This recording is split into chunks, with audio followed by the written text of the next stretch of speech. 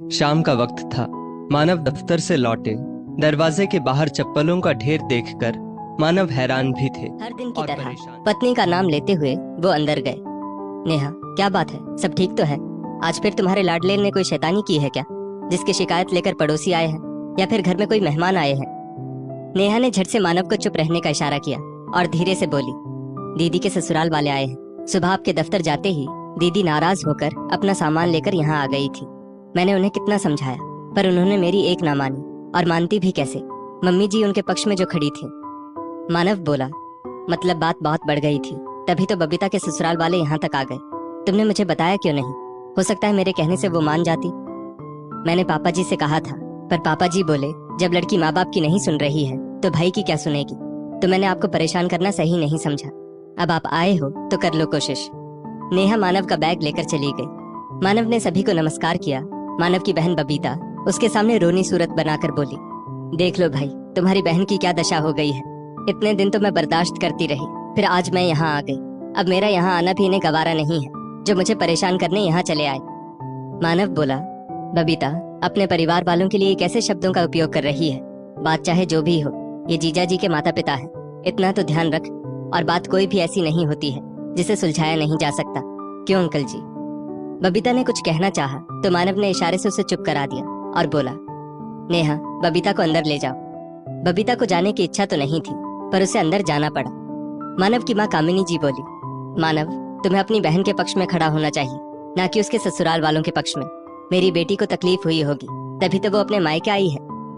मानव मुस्कुराकर बोला, माँ, दीदी का अपने मायके में हमेशा स्वागत है। गुस्से में अपना घर छोड़कर नहीं, बल्कि खुशियाँ मनाने के लिए। आप मुझे पहले बात तो करने दीजिए। बबीता की सास कमला जी बोली, बेटा मानव, बात इतनी भी बड़ी नहीं थी कि बहू अपना घर छोड़कर यहाँ चली आए। फिर भी अगर मुझसे कोई भूल हुई है तो मैं बहू से क्षमा मांग लूंगी। जिस तरह एक माँ अपनी बेटी को समझाती है, बस मैंने भी बहू को वही समझाया कि अनजान लोगों को अपना फोन नंबर देना सुरक्षित नहीं है, और अपने पति के पैसों का हिसाब किताब और घर के खर्चों को सीख ले, क्योंकि सीखने की कोई उम्र नहीं होती। बस इसी बात पर 2-3 दिन से वो नाराज थी। जब मैंने इस महीने के पैसे उसे दिए तो उसने कहा, मुझे जेब खर्च के लिए पैसे दे दीजिए और घर के खर्चों का हिसाब आप देखिए। अब तुम ही बताओ बेटा, मैं कब तक ये सब संभालूंगी? मानव बोला, ये तो आजकल की बहुत गंभीर समस्या है। फिर वो इस बात से अनजान कैसे बन सकती है? किसी को भी फोन नंबर ऐसे कैसे दे सकती है? और जहाँ तक घर संभालने की बात है, बबीता को तो खुश होना चाहिए कि सास अपनी सारी जिम्मेदारी बहू को दे रही है। फिर भी मैंने आपकी बात सुनी, अब उसकी बात सुनूंगा। अभी जीजा जी को आप लोगों की आवश्यकता होगी। आप लोग आराम से घर जाइए, सब ठीक हो जाएगा। मानव ने बहन से बात की। बबीता ने अपनी तकलीफ बताई। कामिनी जी बोली, मानव, मेरी बेटी को इतनी दिक्कत हो रही है और तुम बात को दबाने की कोशिश कर रहे हो। अगर यही दिक्कत तुम्हारी पत्नी को हो तब तुम क्या बोलोगे? मानव बोला, माँ, मैंने पहले सबकी सुनी, इस पर सब मिलकर विचार करेंगे। आपने जो नेहा की बात उठाई है तो उसका जवाब भी मैं आपको ठंडे दिमाग से दूंगा। पहले ऑफिस, फिर ये सब सुनकर आज मैं बहुत थक गया हूँ। कल रविवार है, इस बात पर विस्तार पूर्वक बात करेंगे। इतना कहकर मानव ने खाना खत्म किया, फिर अपने कमरे में चला गया। बबीता नेहा को सुनाते हुए कामिनी जी से बोली, देखा माँ, जब अपनी पत्नी की बात आई तो कैसे बात को अगले दिन पर टाल दिया भाई ने। नेहा मुस्कुरा कर बोली, दीदी, यहाँ नाराज होकर आप मायके आई हैं और आपकी सास आपको मनाने के लिए यहाँ तक चली आई। मानना पड़ेगा, अगर वो अपनी भूल को सुधार कर एक अच्छी सास बन सकती है तो मुझे लगता है उनकी इस बात से दूसरी सास को भी सीखना चाहिए, वरना कुछ सास तो अपनी बहू को अकेले मायके भेजने का जुगाड़ कर देती है। इतना कहकर नेहा भी रसोई का काम खत्म करके चली गई। अगले दिन सब बड़े आराम से जगे। बबीता को देखकर लग ही नहीं रहा था कि कल उसकी वजह से घर में इतना हंगामा हुआ था। नेहा ने सबको चाय दी तो कामिनी जी बोली, बहू, तुम्हारी कल की कही हुई बात आज भी मेरे दिमाग में घूम रही है। आखिर तुम मुझसे क्या उम्मीद करती हो? नेहा बोली, मम्मी जी, मैं किसी से कोई उम्मीद नहीं करती हूँ। मैं बस इतना जानती हूँ कि एक बहू तकलीफों से सीख कर ही भविष्य में एक अच्छी सास बनती है। आपको मैं मिली हूँ, ना जाने मुझे कैसी बहू मिलेगी, बस उसी की तैयारी कर रही हूँ। कामिनी जी शंका भरी निगाहों से नेहा को देख रही थी। मानव अंगड़ाई लेते हुए बाहर आया। नेहा ने उसे चाय की प्याली थमाई। कामिनी जी बोली, कल तुमने इसकी सास को उम्मीद तो दे दी, पर क्या अपनी बहन के साथ न्याय नहीं करोगे?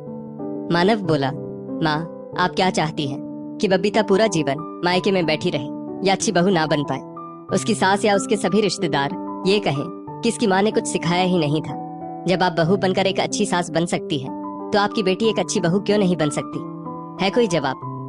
थोड़ी देर बाद मानव चाय पीकर वहां से चला गया। कामिनी जी बबीता से बोली, सही तो कह रहा है मानव, क्या हर बार गलती तुम्हारी सास की ही होती है? इस तरह से तो बहू भी मुझ में 4 गलतियां निकाल लेगी। अरे क्या गलत कहा उन्होंने?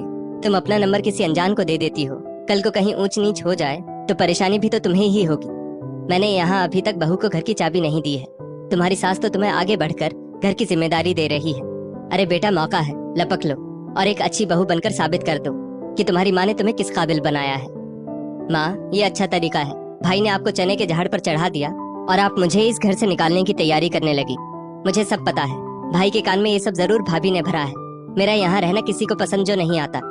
बबीता बोली। नेहा बबीता का हाथ पकड़ते हुए बोली, दीदी, ये आपका घर है और जब जी चाहे आप आ सकती है। याद रखिए, नसीबों से ऐसी सास मिलती है। बस आपसे एक ही शिकायत है, आप अपनी परेशानी में यहाँ चली आए, पर जीजा जी के बारे में एक बार नहीं सोचा कि आप बिना पति के मायके में रह पाएंगी। मैं तो कभी नहीं रहूंगी। इतना कहकर वो चली गई। करीब 1 हफ्ते ऐसे ही चला। एक रोज मानव और नेहा अपने कमरे में बात कर रहे थे। मानव बोला, तुम्हें क्या लगता है किसकी गलती है? नेहा हंसकर बोली, मैं तो इन सब चीजों से सीख रही हूँ कि कल को जब मेरे बेटे की बहू आएगी तो मुझे उसके साथ कैसा संबंध रखना है। दीदी की सास का व्यवहार उनके लिए बहुत सहज है। काश कि मम्मी जी भी मेरे साथ इतनी सहज हो पाती। कभी कभी मुझे अपनी ननद से जलन होने लगती है कि ननद की सास अच्छी बन सकती है तो मेरी सास क्यों नहीं? मानव मुस्कुराकर बोला, हर इंसान को हर चीज अच्छी नहीं मिलती। शुक्र मनाओ, तुम्हें पति अच्छा मिला है जो तुम्हारे बिना एक पल नहीं रहता। जीजा जी को देख रही हो, वो गलत नहीं है, इसीलिए बबीता को मनाने नहीं आए। पर यहाँ तो मैं गलत रहूं या तुम, हर बार मैं ही तुम्हें मनाता हूँ। इतना कहकर दोनों हंसने लगे। अगले दिन बबीता उदास सी बालकनी में अकेली बैठी थी। शायद वो किसी को बार बार फोन कर रही थी और फोन नहीं लग रहा था। नेहा उसके पास आकर बैठी और बोली, क्या बात है, जीजा जी फोन नहीं उठा रहे? बबीता की आंखों में से आंसू बह निकले। दीदी, हर किसी का जीवन और उससे संबंधित लोग एक जैसे नहीं होते। नेहा बोली। बबीता बोली, मैं तुम्हें और भाई को जब देखती हूँ तो मुझे लगता है कि मेरे पति ऐसे क्यों नहीं है। नेहा मुस्कुराकर बोली, सही कहा आपने, और मैं ये सोचती हूँ कि ननद की सास जब अच्छी हो सकती है तो मेरी सासू माँ क्यों नहीं। बबीता के चेहरे पर हल्की सी मुस्कुराहट तैर आई। तब नेहा ने कहा, दीदी, जब मैं गलत होती हूँ तो आपका भाई मुझे कभी सपोर्ट नहीं करता। यहाँ तक कि घर परिवार का कोई भी मेरे लिए खड़ा नहीं होता।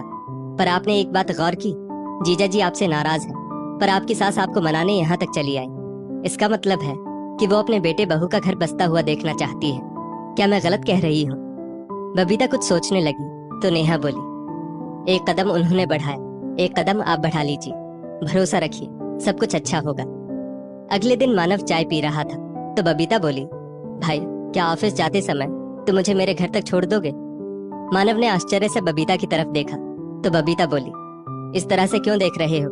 मायके में कब तक रहूंगी? आखिर मेरे घर की जिम्मेदारी मुझे ही संभालनी है। क्यों भाभी? मानव मुस्कुराकर बोला, हाँ हाँ, क्यों नहीं, और अगली बार जीजा जी के साथ आना, फिर हम सब मिलकर मस्ती करेंगे। नेहा ने बबीता के जाने की तैयारी पहले ही कर ली थी।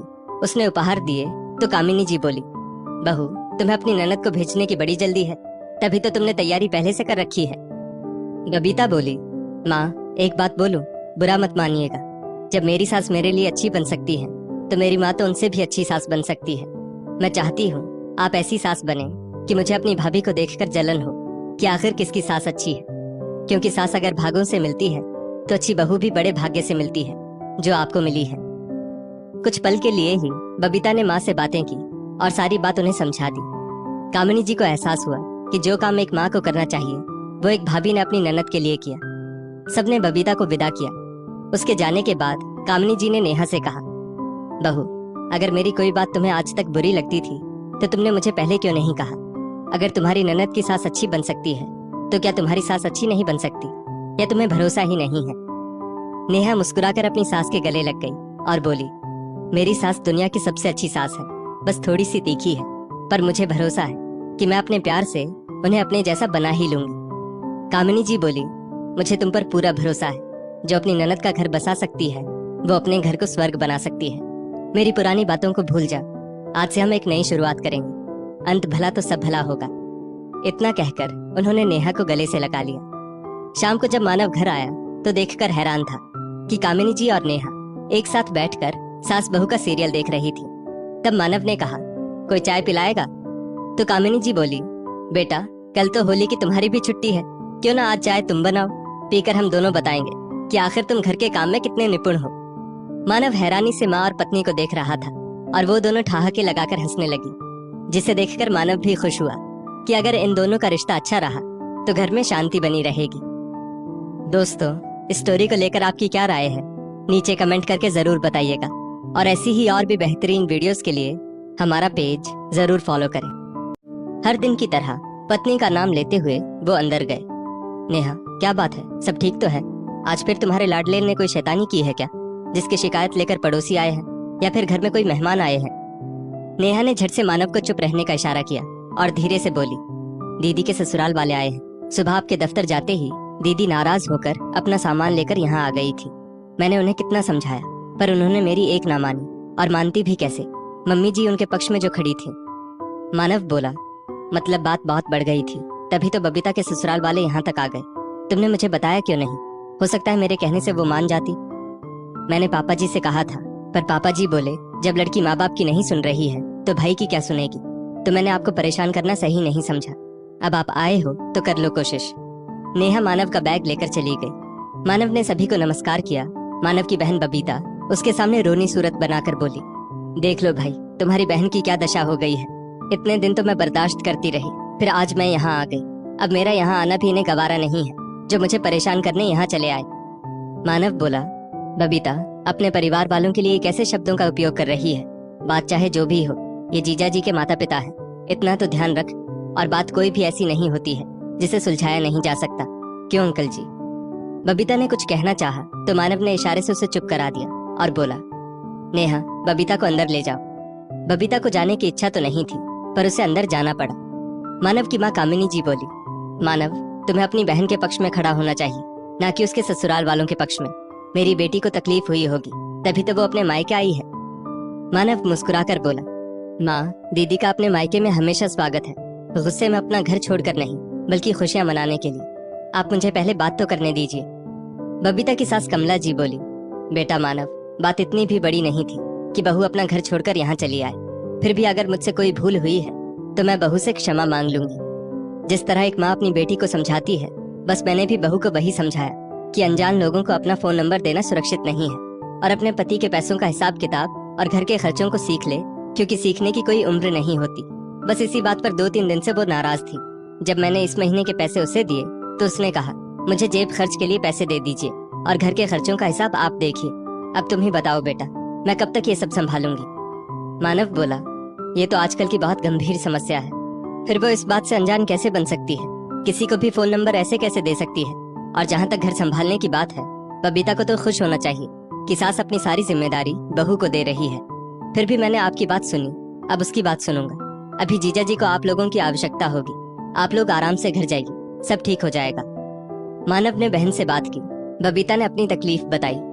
कामिनी जी बोली, मानव मेरी बेटी को इतनी दिक्कत हो रही है और तुम बात को दबाने की कोशिश कर रहे हो। अगर यही दिक्कत तुम्हारी पत्नी को हो तब तुम क्या बोलोगे? मानव बोला, माँ मैंने पहले सबकी सुनी, इस पर सब मिलकर विचार करेंगे। आपने जो नेहा की बात उठाई है तो उसका जवाब भी मैं आपको ठंडे दिमाग से दूंगा। पहले ऑफिस, फिर ये सब सुनकर आज मैं बहुत थक गया हूँ। कल रविवार है, इस बात पर विस्तार पूर्वक बात करेंगे। इतना कहकर मानव ने खाना खत्म किया, फिर अपने कमरे में चला गया। बबीता नेहा को सुनाते हुए कामिनी जी से बोली, देखा माँ, जब अपनी पत्नी की बात आई तो कैसे बात को अगले दिन पर टाल दिया भाई ने। नेहा मुस्कुराकर बोली, दीदी यहाँ नाराज होकर आप मायके आई हैं और आपकी सास आपको मनाने के लिए यहाँ तक चली आई। मानना पड़ेगा, अगर वो अपनी भूल को सुधार कर एक अच्छी सास बन सकती है तो मुझे लगता है उनकी इस बात से दूसरी सास को भी सीखना चाहिए, वरना कुछ सास तो अपनी बहू को अकेले मायके भेजने का जुगाड़ कर देती है। इतना कहकर नेहा भी रसोई का काम खत्म करके चली गई।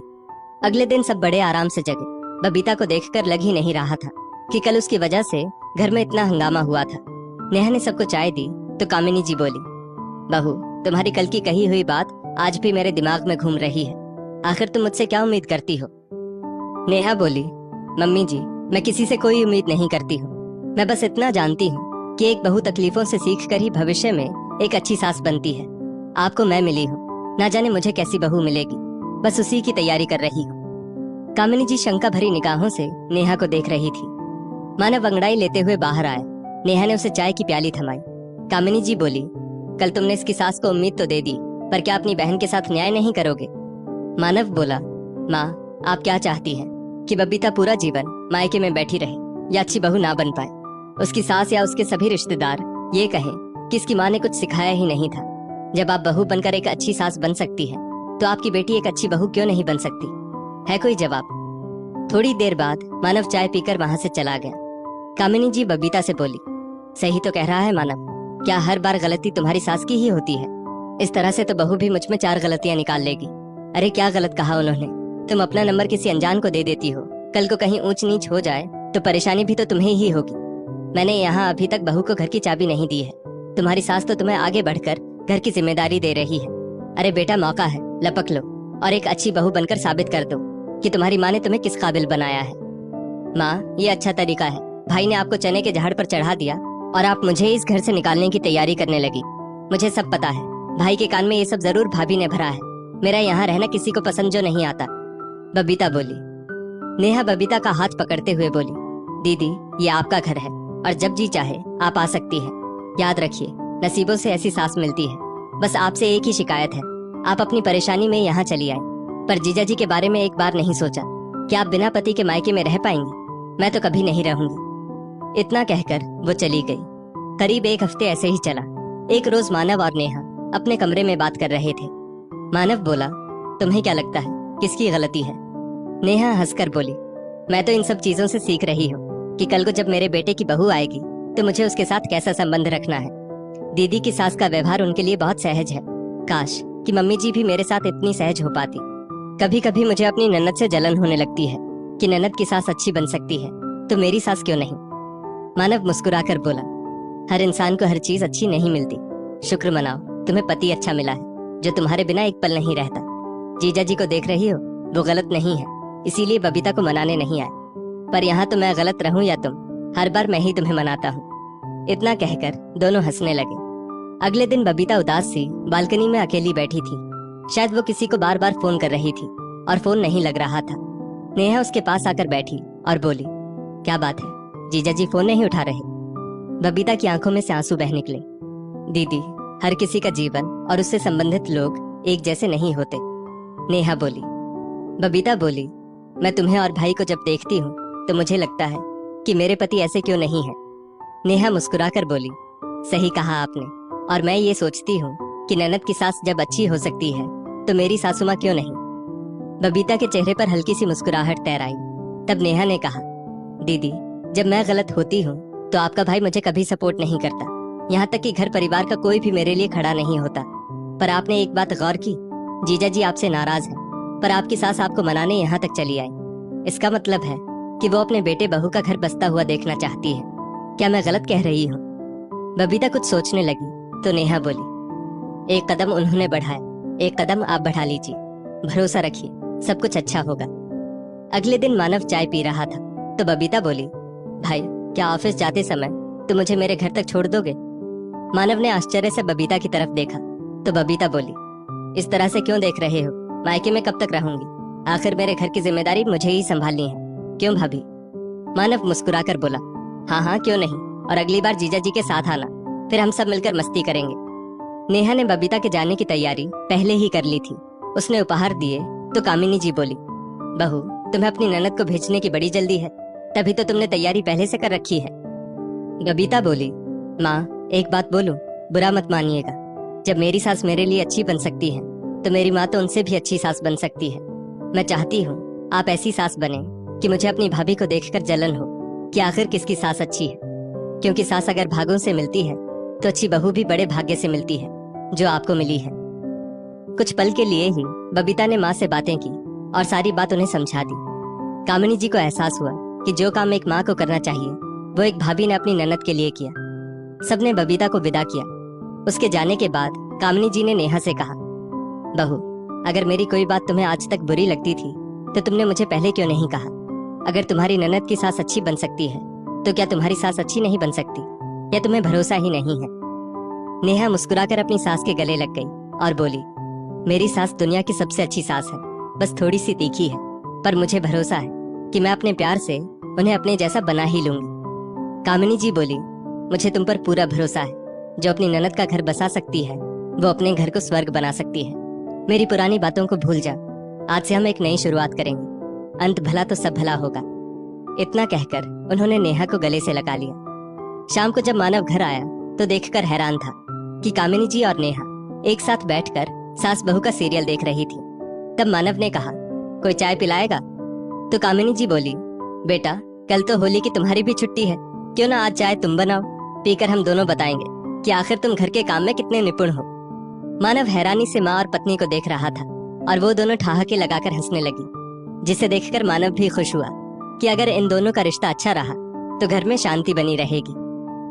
दोस्तों, इस स्टोरी को लेकर आपकी क्या राय है नीचे कमेंट करके जरूर बताइएगा और ऐसी ही और भी बेहतरीन वीडियोस के लिए हमारा पेज जरूर फॉलो करें।